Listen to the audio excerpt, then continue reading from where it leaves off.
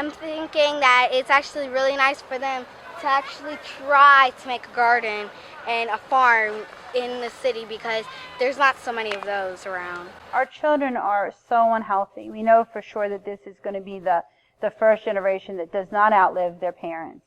Childhood obesity is a huge problem. In New York, it's a food desert, and basically what you're looking at is that there's a huge population. Even though they may have food stamps, there are markets, but yet not all of them take food stamps. Okay, there are corner stores, but they don't sell fresh fruits and vegetables. All of this equates to disparity. So when we look at nutrition, when I look at nutrition, I don't have any background in nutrition, so this is for all the educators out there that you can do something even if you don't know much about it.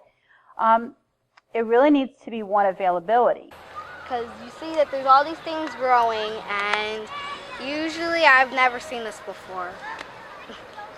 All I usually see is we see gardens, but they're not as big as this, and they're actually trying to make a farm. Like, that is crazy, and I actually am really glad that Miss Annie and the people wanted this to be for us because they're just being really nice, and we got all this food that we're gonna get when it all grows. We're gonna take out the food like we did last year. I got a huge cantaloupe and I had it in my hand, and I got a pomegranate.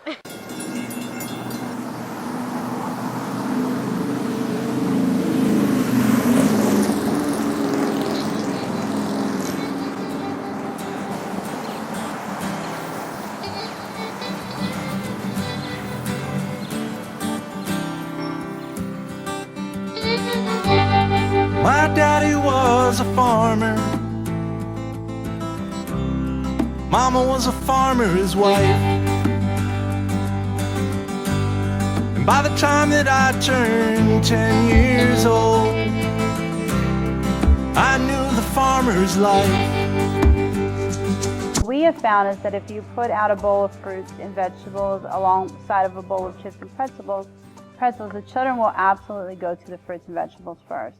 They eventually do go to the chips, but they will eat them. I don't think a lot of people think that's true. But it's just not available to our students, and a lot of times it wasn't available to their parents. And so now this becomes generational. And so what we're trying to do with nutrition is we already know that telling the parents that they need to do one more thing is not the way to make change in our community. We already know this, that our parents are overwhelmed for numerous reasons, and they're really doing the best that they can with what they have.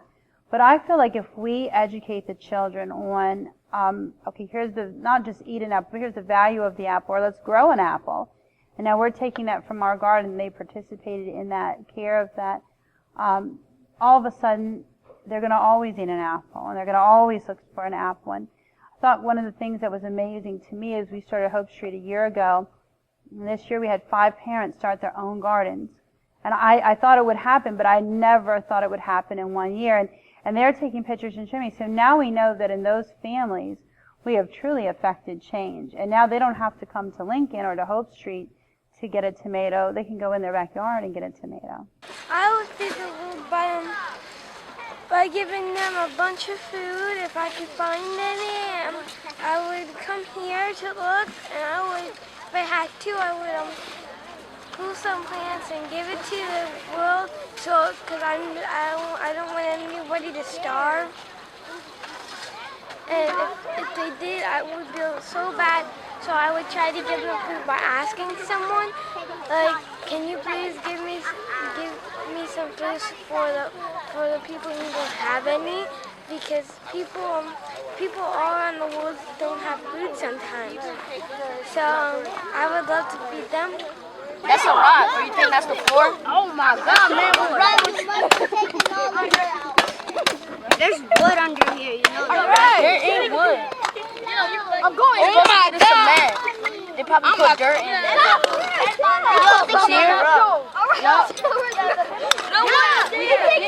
We gotta figure it out. Stop. Back in October of 2012, Shavosky Buffalo and Kevin Schreiber, Aquina Washington, and myself, and George Fitch, who was then our principal, went down to Hope Street for the very first time. And at that point, the the weeds were as tall as the fence, and it was very barren, and it was just terrible. And they had approached us about taking over that property, that Lincoln could take it over as an outdoor garden from the Redevelopment Authority. And at first I really wasn't that excited about the project because I didn't know anything about gardening, and I certainly didn't know what we were going to do. But when I was in California the year before, I had saw outdoor classrooms, that all the schools had them, and I thought, well, no, that's something very cool in an urban environment, that we could put in this outdoor school and the students could go there, and that you would have lots of green space, and you'd have a gardening component, but that you could have reading lessons there or math lessons. And now we realize that there's a lot more lessons. There's library lessons, and there's 4-H curriculum that you can use, entrepreneur lessons we're doing there. So when I started to think about it in that context of an outdoor school, I got very excited about the project because it was this great fence, and so I knew that the teachers and students could go in and just really enjoy the space. I grew up in this valley.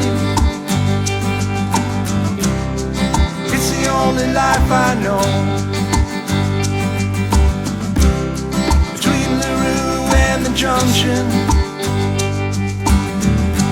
down on Granary Road, Granary Road. That's watermelon. What is that? Squash. Squash? You got some over here too. I see some onion.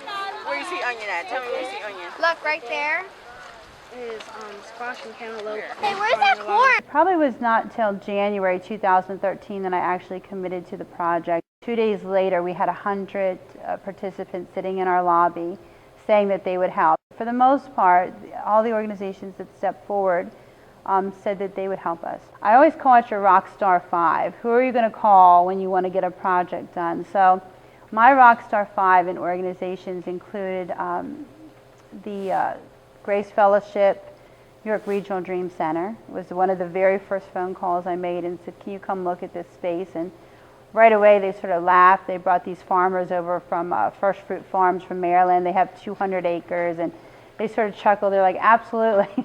You can definitely grow a garden in an acre piece of land. So that was sort of funny. And I also called Salem Square Community Association, which is the neighborhood association here in the West End. But really, they're really a model for neighborhood associations. They've done so much in the community with the Streetlight program and the Gates program. And I think it's one of the first neighborhood associations that truly took over a nuisance bar and is turning that into a community center.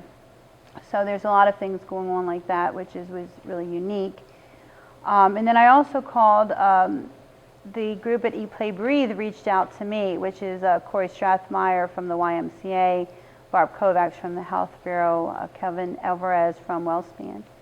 And what they were showing me was what we were doing as a community on a much larger level, which is truly now a movement to have the entire York community eating better, which of course Hope Street, playing more, which is your playgrounds, and Hope Street because you have this physical activity of walking there, doing activities, coming back, and then we have breathing better. And for sure we know that if we're putting in more green space, more trees, it's improving our air. And so it's this huge movement of York. I did not realize in January 2013 what was going to happen. And it's been truly miraculous. That's how I describe it a lot, as miraculous. So fast forward a year later, and we have 10 beds, full growing fruits and vegetables, all go to the children. We have 100 students participating over the summer, about 3,000 during the school year. We're building the first of its kind outdoor classroom, which numerous people told me could not be built, would not be built for different reasons. And we have 2 sheds there, and we have a greenhouse going up. And it really is that outdoor school that I thought that it would be even before I had a location. Hope Street Garden. I see plants with heart-shaped leaves. I hear people talking. I smell flowers. I feel soft leaves. I taste green beans. Before we even started the garden, my friends from Grace Fellowship came here to do a build club with us. And I was insistent that we were building garden boxes, even though I had no garden. And I had no idea what I was going to do with them. And I didn't do anything with them for almost a year, that they sat here with nothing. But sometimes we get those moments that something, we just know we have to have something. And I would encourage people, especially leaders, to listen to those moments. For me, it was building garden boxes that eventually became something very important at Hope Street and actually shows all of our partners. Each partner has their own garden box. And so that was interesting. And all that came before we even had a garden. So we're going to plant them in these 2 raised beds. But guess what? Do you guys see this? Do you guys see these rocks? Yeah. Yeah. Do you guys want rocks in your garden? Especially for carrots? Why not for carrots especially? Do any of you guys know? I want you guys to pick out as many rocks as you guys see. And if you guys see any glass though, don't touch it. Let me know and I'll grab it, okay? Yeah. This one's dirty. Yeah, they're going to all be dirty. They're in dirt. Girl, you've been dirty. Say it really loud for them again. 78. No, you had the 70 part. 70?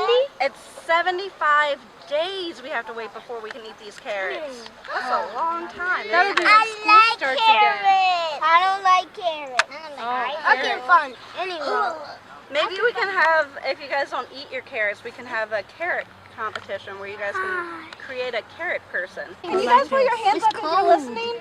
Put your hands up. Franco, my hands are in the air because I'm listening. Okay, so guys, you see my hand? You see how I have my first joint right here? You're going to stick your finger in just to that spot, and then you're going to drop 1 seed in, and then you're going to cover it lightly. I want you guys to do some around the border, but I also want you guys in the center too, because we want carrots all throughout here, don't we? So now put your palms out, and I'm going to give you guys some seeds. Hole, put a seed in, cover it up. Absolutely. Now, can I get another one? Don't pat it, cover it Oh, up. you guys have done great. You guys got a lot of holes already made. I found another seed. Okay. Can I get another one? I think Bless you. Thank you. 1 seed per hole, remember. Oh, so it's going to get a little bit more air and I got moisture no held into seed. this one. The sun's coming up. Hope Street Garden. I see tomato, strawberries, and lettuce. I hear Kathy and Miss Annie talking. I smell flowers, grass, and beans. I feel the stem of a flower. I taste lettuce. My uncle worked the coal yards just up the line a spell. And on the nights that he'd come calling, all the stories he would tell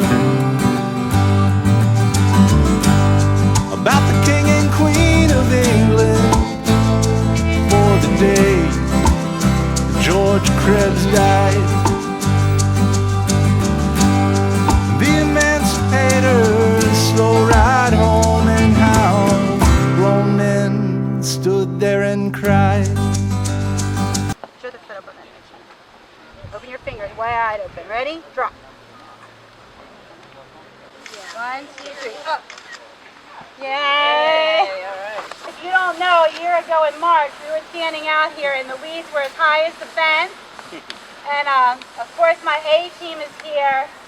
And there would not be a Hope Street if they wouldn't help me do all my projects. So they have their own spot on the garden too. I think it was something like 8 different organizations that helped build this cement over a course of a week. And you can see all the signatures in it. There's handprints of all of our children the whole way around it. So this time I'd like to welcome John Kirchner, who said, yes, we'll build you cement, Annie Clark. Welcome, John. Well, our firm was hired to construct the Helen Thaxton School on East Philadelphia Street in York. And through the construction process there, we met Annie Clark. And Annie is a very, very persuasive and a wonderful person. She approached our Executive Vice President, John Kirchner, about the project and asked us to help. And how could we say no? As John said, how can you say no to Annie? And before I knew it, I had said yes. So we committed to providing the slab, the concrete slab, and like all general contractors, we have a lot of partners that helped us. We're a family-owned business, and the company was founded in the 1930s right here in York. All of us, all of the owners of the company live in the York area, and all of our employees live around here. So the city and its suburbs are very, very important to us. We realize that a healthy downtown is paramount to the success of York County and to our businesses. So it's only logical that we want to give back to the community that is so important. C.S. Davidson helped us with the structural design, so they actually designed the slab for us. Weaver and Son Excavation did all the excavation for the foundations. Ziegler Concrete provided the concrete. Yo Concrete actually provided the labor to set the concrete and also to set the rebar, and the rebar was supplied by Kinsley Rebar. There's actually stone under this slab. The stone is supplied by York Building Products, and Bern Anthony helped in placing all the stone. And these brackets, we actually got a donation from a cleaning service to help provide the brackets, and that was Clean Choice. So again, we appreciate being part of this project. And just to let you know, after we finished this slab, Annie cornered my general superintendent and got him to say yes. And we also installed the gate that's out there that you walked in. So we call Annie the big cheerleader. Thank you.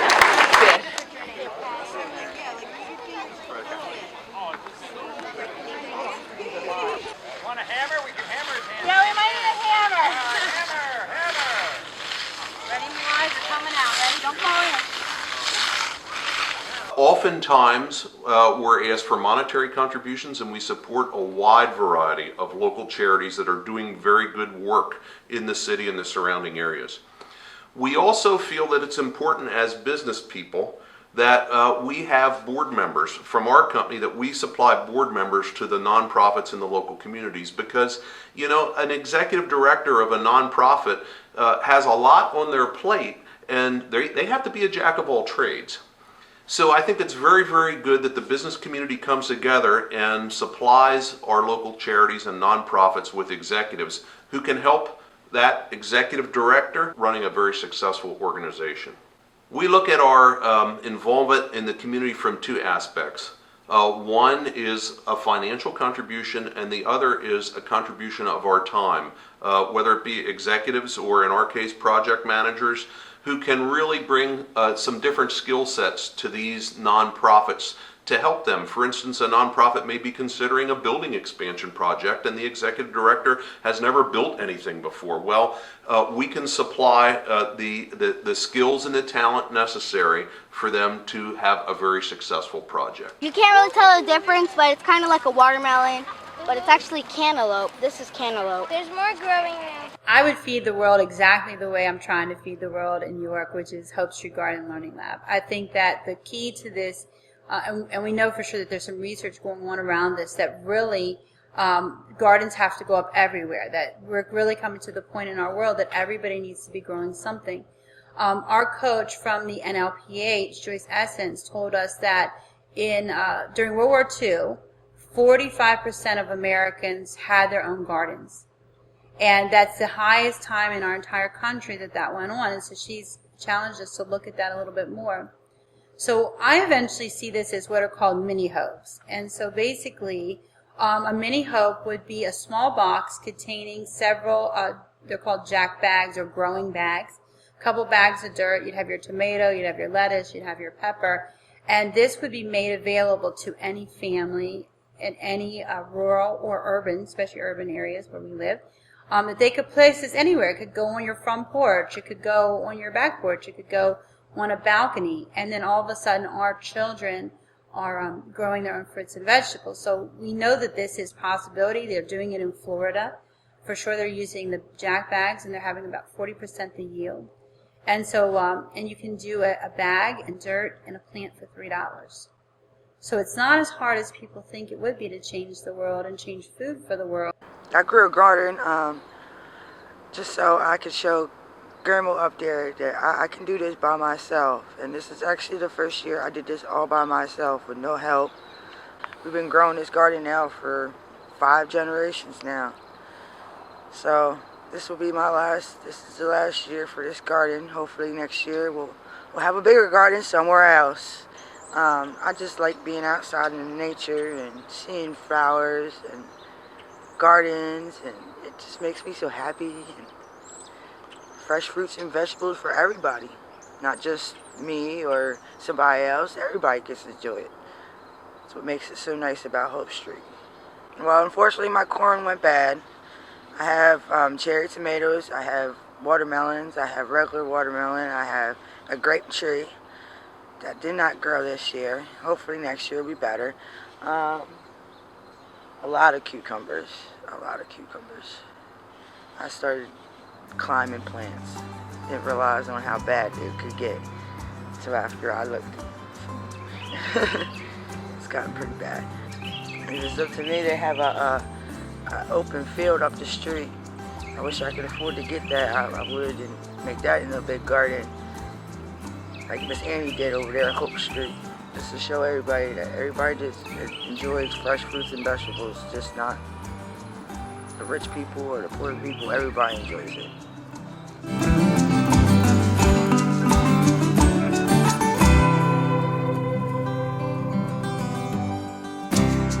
I grew up in this valley. It's the only life I know. Between LaRue and the junction, down on Granary Road, Granary Road.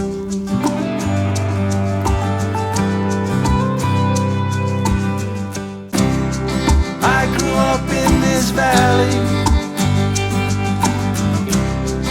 It's the only life I know. Between LaRue and the junction, down on Granary Road, Granary Road. I've always lived in the city. I grew up on Queen Street, but I went to a private school called Deep Run. And it was actually a school on a farm, and this was back in the early 70s. And I took a taxi cab to school every day, and this is a true story. And so I went to school on this farm, and I learned about all these things, about farms and gardens and creeks, and I would think 90% of my day was spent outside. And, you know, people might think, well, what do you do about reading? What do you do about math? And you learn these things. You just learn these things. They do come to you. And you know, so I'm very educated now, so I can tell you that in the long run you still learn. So when I look at our education today, it really does sadden me, you know, not any particular school, but just all of us as a collective group.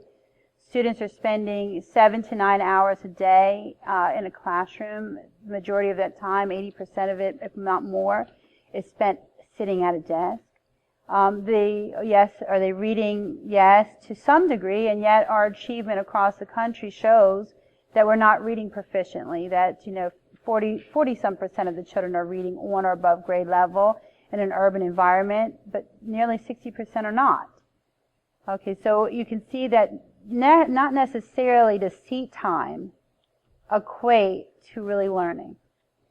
So I think that when you look at our country now with things like the Common Core, you can see that the country is recognizing that this kind of learning in isolation is not really effective.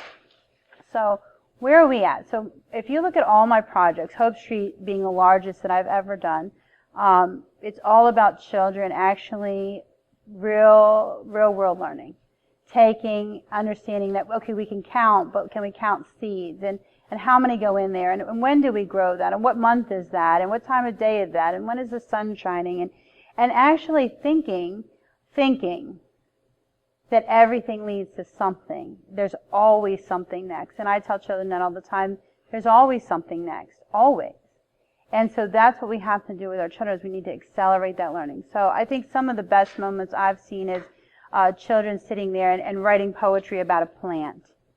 Right, and so they're using their writing skills, they're using their reading skills. Of course, they're using mathematics. When we had started this project, we had 2 representatives from each school on our actual planning committee, and they designed the entire garden. So Emily from Logos her design is very true to what you see at Hope Street Garden. And that was done very early, but they had to do the measurements and what fit and why did it fit. And now even when we're doing the drip irrigation, we have high schoolers working on how do we really time that. And so that just shows you how learning becomes real. I see green lettuce and orange tomatoes. I see here people talking. I smell flowers. I touch flowers. I like to eat. Good job. You gonna read yours again, Miles? I see beans, flowers, and weeds. I hear trucks building. I smell dirt. I feel happy because I like Hope Street Garden. I taste strawberries. I'll be thrilled because I feel happy and strong. I will tell the cops to deliver the food to them. Hope Street Garden. I see red strawberries. I hear bees buzzing. I smell dirt. I feel a breeze on my face. I taste vegetables. Hope Street Garden. I see green beans. I hear bees buzzing. I got distracted because I feel. And what was your sentence? I feel what? What did you say? I feel. What did you tell me? Need help with a word? Show me which word. Okay. Smell. Smell strawberries. I feel soft Jordan's team. Jordan's team. Franco and Jeremiah. If you guys are done reading or practicing, read it to each other. Practice reading them to each other. Hi, I'm Tali. This is my brother Dom, and we're gonna be taking a tour of the Hope Street Garden today. These are squashes. They look like pumpkins or watermelons, but they really are squashes. And you can obviously see they're growing as fast as anything. Here are the trails that we made, me and my class and other classes. You can obviously see we did a very good job. We're also growing corn. And some of the pieces of it is getting dry. Yes. And we also are growing some tomatoes. It's the good part. Yes. We are growing tomatoes too. So I wish there was tomatoes here right now. Oh. And look at that giant yellow one. This is a giant yellow squash right here. Those are the flowers. And look at that little squash. That's the little squash I ever saw. Yes, it's very little. Okay then. There's obviously tomatoes right here too. So you can also see tomatoes are growing fast too. There's one here's red. You can also see there are also tomatoes right here. Somebody must have put them up on here. And you can also see they're very yellow, green, and different shapes and sizes. See, we collected rocks. Me and my group, we call our group the Learning Lab people. There is some flowers, as you can see. they have not much weeds, you know? Not so much weeds. We may put some flowers around here to celebrate how much work the people did. You can also see some of them are rotting, but it's not that bad. We cleaned out a bunch of rocks from here, but you can also see there are a little bit more. They are planting different kinds of foods in here. When we get all the rocks out, there are going to be carrots. There are some weeds here and some growing. You'll also see some people put these down here. They look very cool. Well, I'm going to tell you a little story. My yaya, when she first went to California, she saw her outdoor classrooms and gardens. She first thought, well, I should get a garden.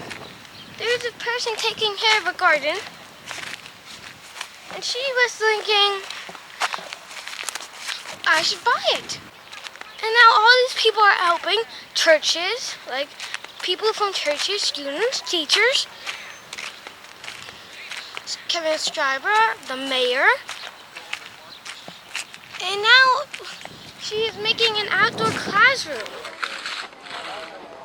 You're going to go right here, okay? I want you to get center. Center yourself up. Get your hands wide open. Right, and lean out. No, not on the edge. Go.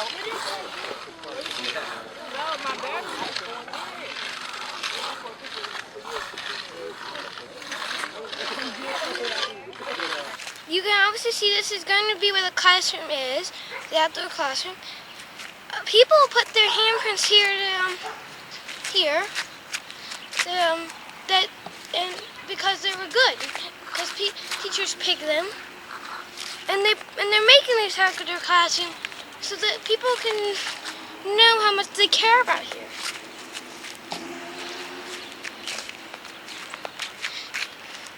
This outdoor classroom will be a great experience for people.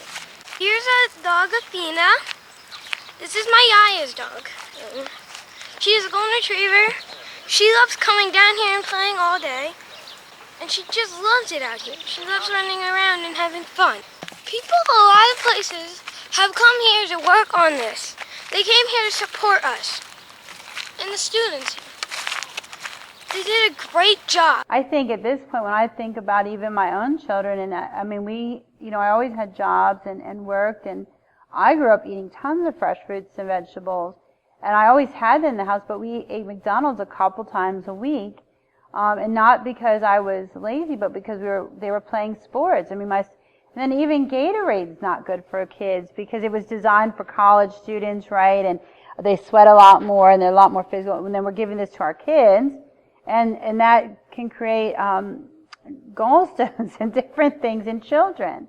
And that's just coming out because it's not really, wasn't designed for children. But that's just things that have gone on that people, that us as parents have not done a good job with our kids, and not because we didn't care. We weren't even financially okay to buy the food. It was convenience. It was time. Nobody said anything. So I think about that. My kids eating McDonald's. And my children don't have a weight problem, but they could have, and maybe they will later. Maybe they will at some point, So I think it's that stuff that, we thought we were doing better than our parents, and in fact we weren't. How did the farmer mend his overalls? Oh no. It's a joke now, remember, so sort of think. How did the farmer mend his overalls? With a cabbage patch. Get it? Are there any foods that you eat that use cabbage? Fried cabbage. Okay, fried cabbage, excellent. Cabbage has a lot of good nutrients. You've probably heard of some of these before. Vitamin A, what does vitamin A help with? Strong bones, that's right.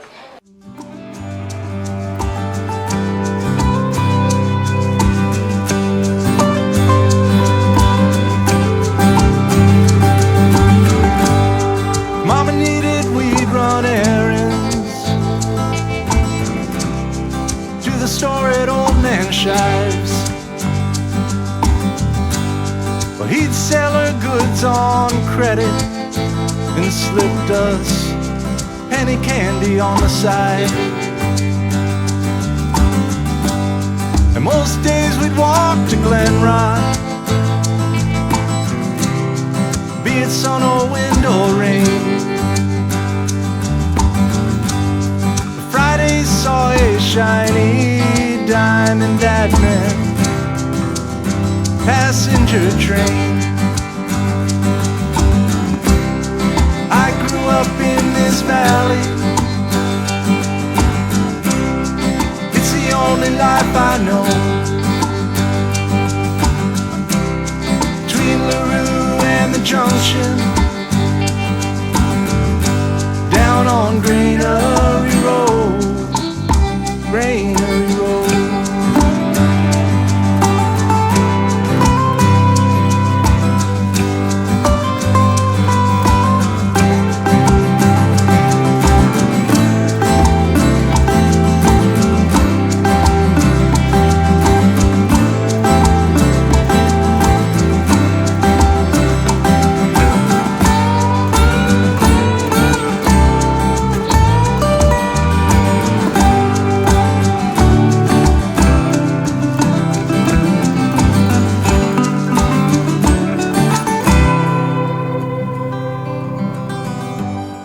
My uncle worked the coal yards, just up the line a spell. And on the nights that he'd come calling, all the stories he would tell about the king and queen of England, for the day George Krebs died. The emancipators slow ride home, and how grown men stood there and cried.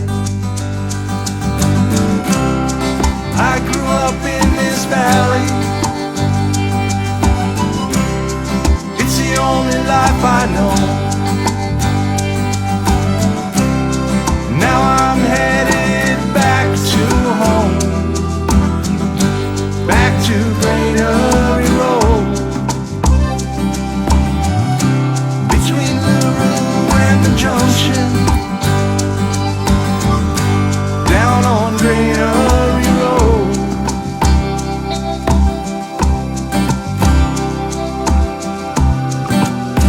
Granary Road.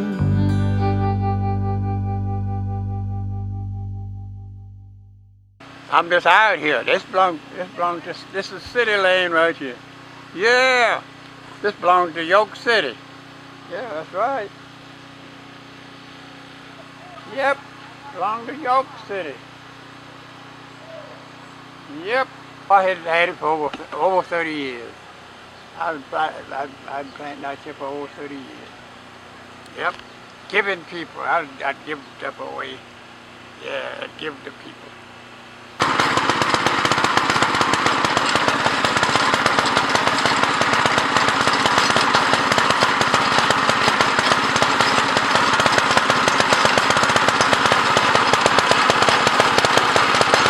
Come here, 51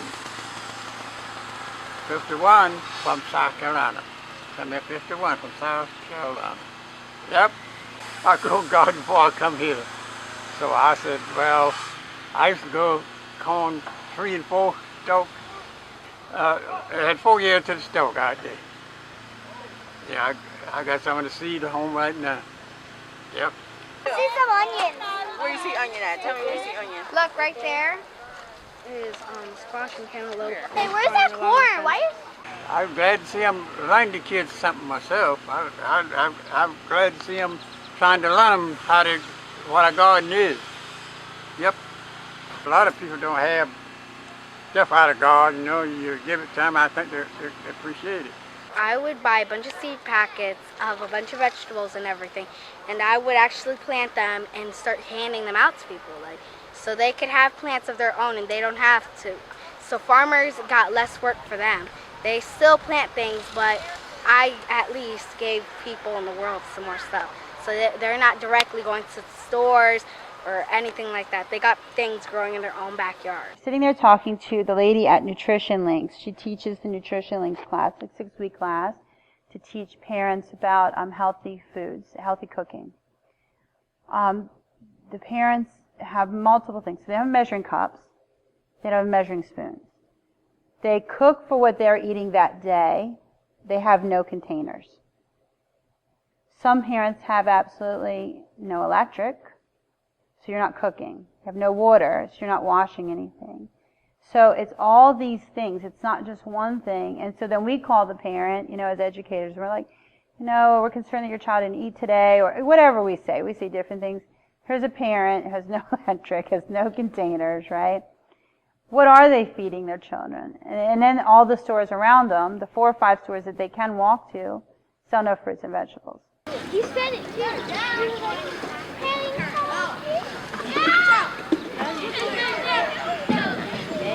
so now we only need 4 more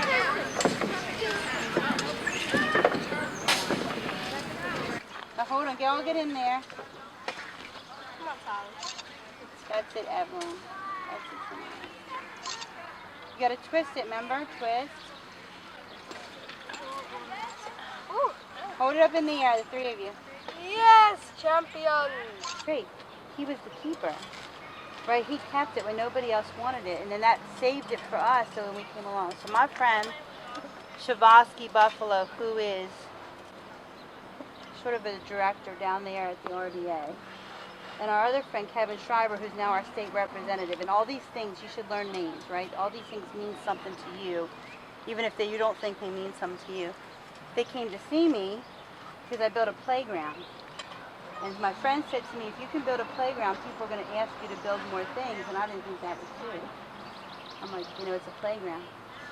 But he was right. So when the playground got built, about a month later, they said, we want you to look at some green space. And I was like, I knew nothing about gardening. I was a teacher. I was a community activist, but I knew nothing about gardening. So I don't want you to think you have to know something, they'll do it. So we went and looked at this green space up the street, across from Gus's, and I said, no, you need that for parking. You don't want to give that up as a garden, right, and then take it away, because then people get mad. I'd get mad. So we came and looked at this space, and my answer was no. It was too big. I mean, look how big this thing is, right? Would you want to take this one all by yourself? No, me either. But in a moment, what had happened was a year before that I was in California and saw these outdoor schools. And I thought, what would happen if you could build an outdoor school? What if that was really the case? That kids could read outside, or do math outside, or just sit outside for just a minute, right? Not be stressed. What would that make a difference to a kid and how they thought about their world? You joined the Navy. You know what the Navy is? Do you know what the Navy is? The Navy is one of our armed forces that help protect the United States. They're the ones that go out on boats. Maybe one day one of you guys might want to be in the Navy. I'll be a basketball player. That's good. I like that too. I'll be a football That sounds good. I want to be soccer. You like soccer? All right. I want to be a veterinarian. That's very good. Cat. And over 100 games and books. And over 100 maids and cooks. They had a lot of stuff. Their house is crowded. Look at that. There was once a goose by the name of Tilly who bragged and bragged, which was very silly, wasn't it? She was thinking.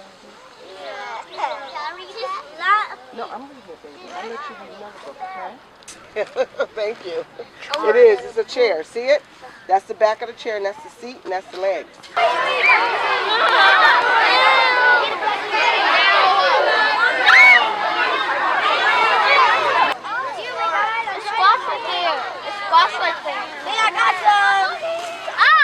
When we first came here and I brought my class down, we were really excited and I looked at it and I was like, oh my gosh, what are we gonna do with this? It was just weeds were everywhere and I thought that's a really big project to take on. So each time we would come down, we were first, I remember having my class like pull things off the weeds off the fence, and they were moving rocks, and they were really excited about it. They really liked it. And then each time we would come down, other classes were coming down as well, and then it just got better and better. And I know over the summer a lot of people came in and helped as well, churches and things, and it just started turning into this, and it's beautiful. We're picking fruits and vegetables and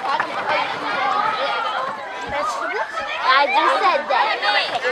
So throwing flowers and throwing flowers, and we're putting over there with our baskets on.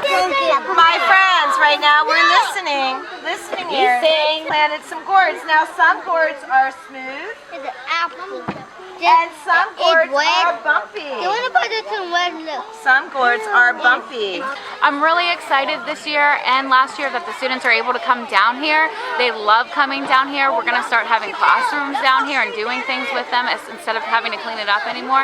And I'm so happy they have this opportunity to come down here and have a green space where they can learn and play and be outside.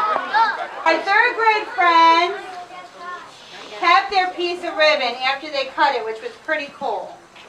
Okay, so what you're going to do, you're going to open your scissors, but you're not going to cut. Open your scissors and pretend you're cutting so we can take the picture. You accept responsibility for the garden. Yeah, we talked about that, right? We can't cut the ribbon unless we accept responsibility for it. We got to take care of it, right? Anything we own, we got to take care of. And all the streets that lead to the garden. All right. Thank you. Right? About your seats, okay? All the children you see up here have worked in this garden at one time or the other. And so, Ariana, where are you at? I got this huge bear. Come over here, Ariana. Oh, that's another Ariana. Oh, we got two Arianas. Ariana is a 12th grader at Helen-Saxon Charter School, and she is my go-to. She's like my assistant, which is fantastic. She's really good. The benefits of having an outdoor learning classroom is more than what we see. It's more than what we hear our kids saying, and it even runs deeper than seeing the smile on our child's face because they're having fun picking fresh vegetables out of the garden. They help create themselves, and even with this great gift that Miss Annie has given us. But under the surface, the Hope Street Garden and Learning Lab runs deeper. Hope Street Garden is learning to help develop well-rounded students in the classroom and our York City community. Students will be able to enhance their personal and social communication skills. With this enhancement, students will develop an appropriate level of self-esteem, take personal responsibility, cooperate with and respect the needs of others when needed. We will, as a community, come together and we will help our students evolve into stronger young adults. We have these green spaces who are owned by the Redevelopment Authority because they've been abandoned properties and they've been torn down. Our RDA was smart enough to think of some of them as using as houses, of course, but also to think to reach out to our community and say, how about building a garden? You know, that was somebody else's idea, it wasn't mine. I think that's very interesting to see green space used differently, and what does that promote? Our community coming together, that we have, you know, political figures, and we have churches, and we have schools, public and private, working together, that your community will get around change, but you have to have something to change. Most people that I see talk about leadership is they're always talking about money.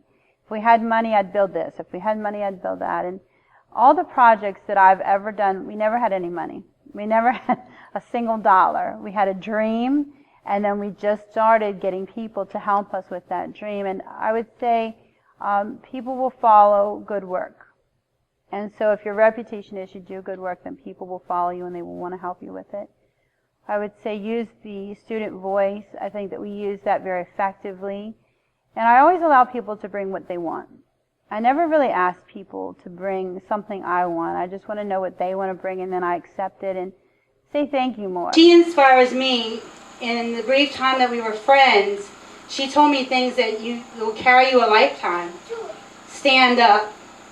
No matter how mean people are, don't let them see you be upset. And she was right about that. And the further you go and the more that you do in your community, the more people come at you. And the more that you have to be willing to stand up, and in most cases, stand alone. Gotta be a lion to rock with a we're just standing up for our community, and we're doing it in the neighborhood. Instead of having a meeting on the inside, we're having it on the outside. Just picked a corner to stand on, and everybody suggested that we stand on this side because we didn't know what that side would look like by this time. So what we plan to do is continue action within the community, continue to doing activities within the community all over Northeast, South, and West, not just on the West End. They need to stand up for it. So I want them to know that it's their streets and they have to be safe because that's where they grow up. So really they own it, and wherever we go we prove that we own it. So, right? Thank you, Ms. So far it's been on this end because we haven't had any activity. We're getting ready to start the police academy, we're getting ready to start block watch, and also citizens codes training.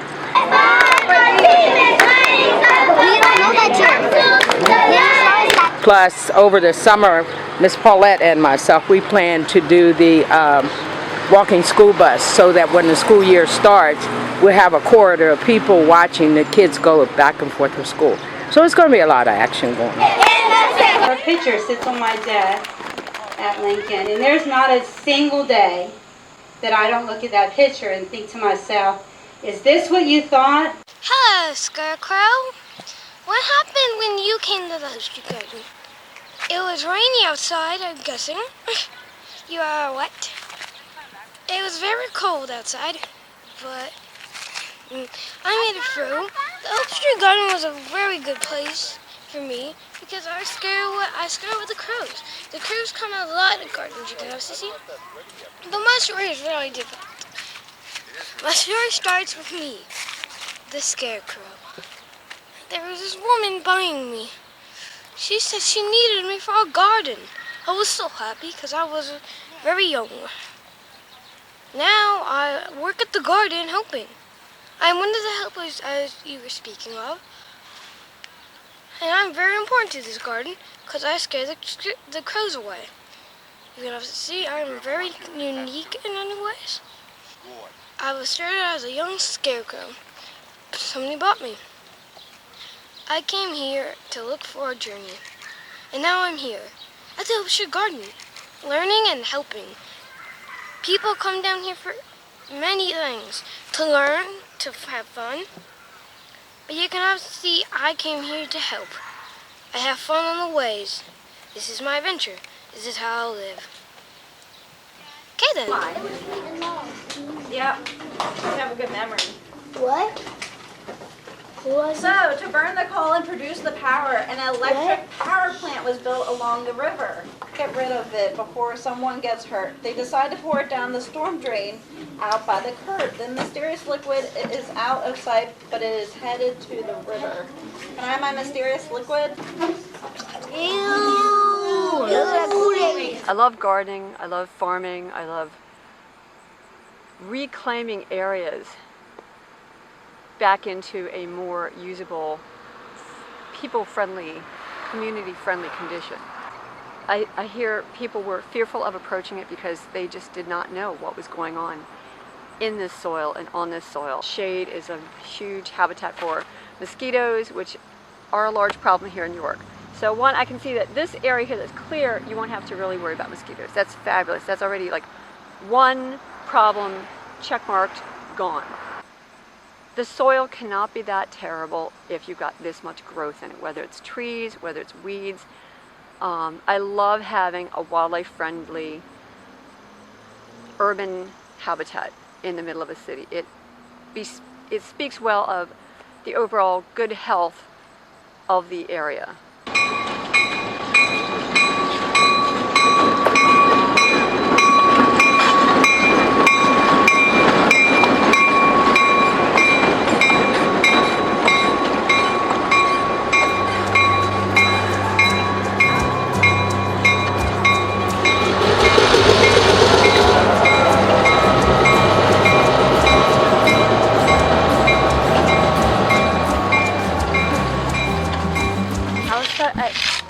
Because this kind of like my inspiration because there's lots of vegetables here and we can feed them well.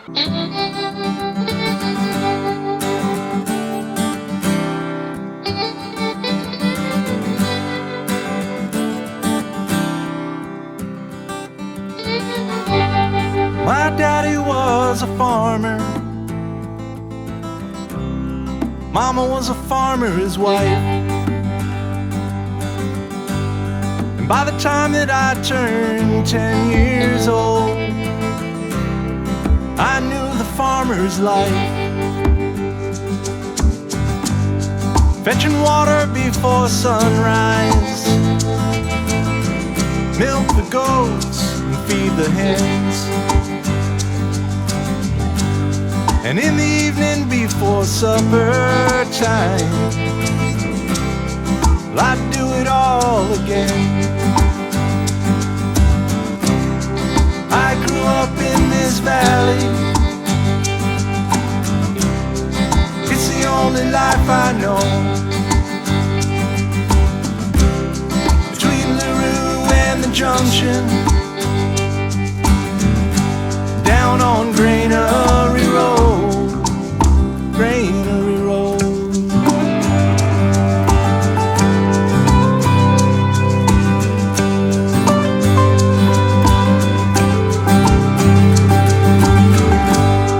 Mama needed, we'd run errands to the store at Old Man Shives.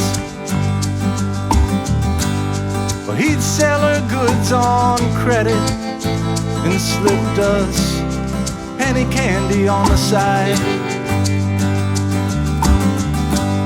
And most days we'd walk to Glenrock, be it sun or wind or rain. Fridays saw a shiny diamond that meant passenger train. I grew up in this valley. It's the only life I know. Between LaRue and the junction,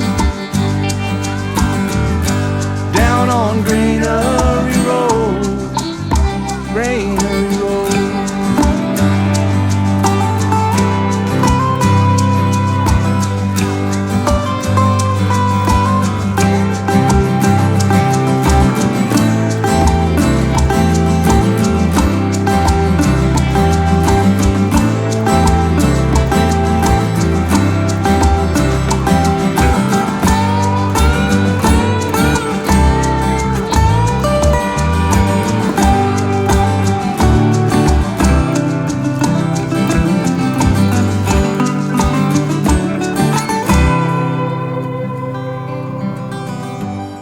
My uncle worked the coal yards just up the line a spell. And on the nights that he'd come calling, all the stories he would tell about the king and queen of England, for the day George Krebs died. The emancipator's slow ride home, and how grown men stood there and cried. I grew up in this valley. It's the only life I know. Now I'm headed back to home,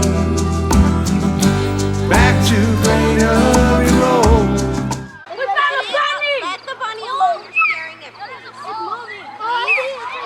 Okay, go away from the bunny. Guys, it's going. It's over there. You're scaring him. It's over there. Where'd he go? He ran over there.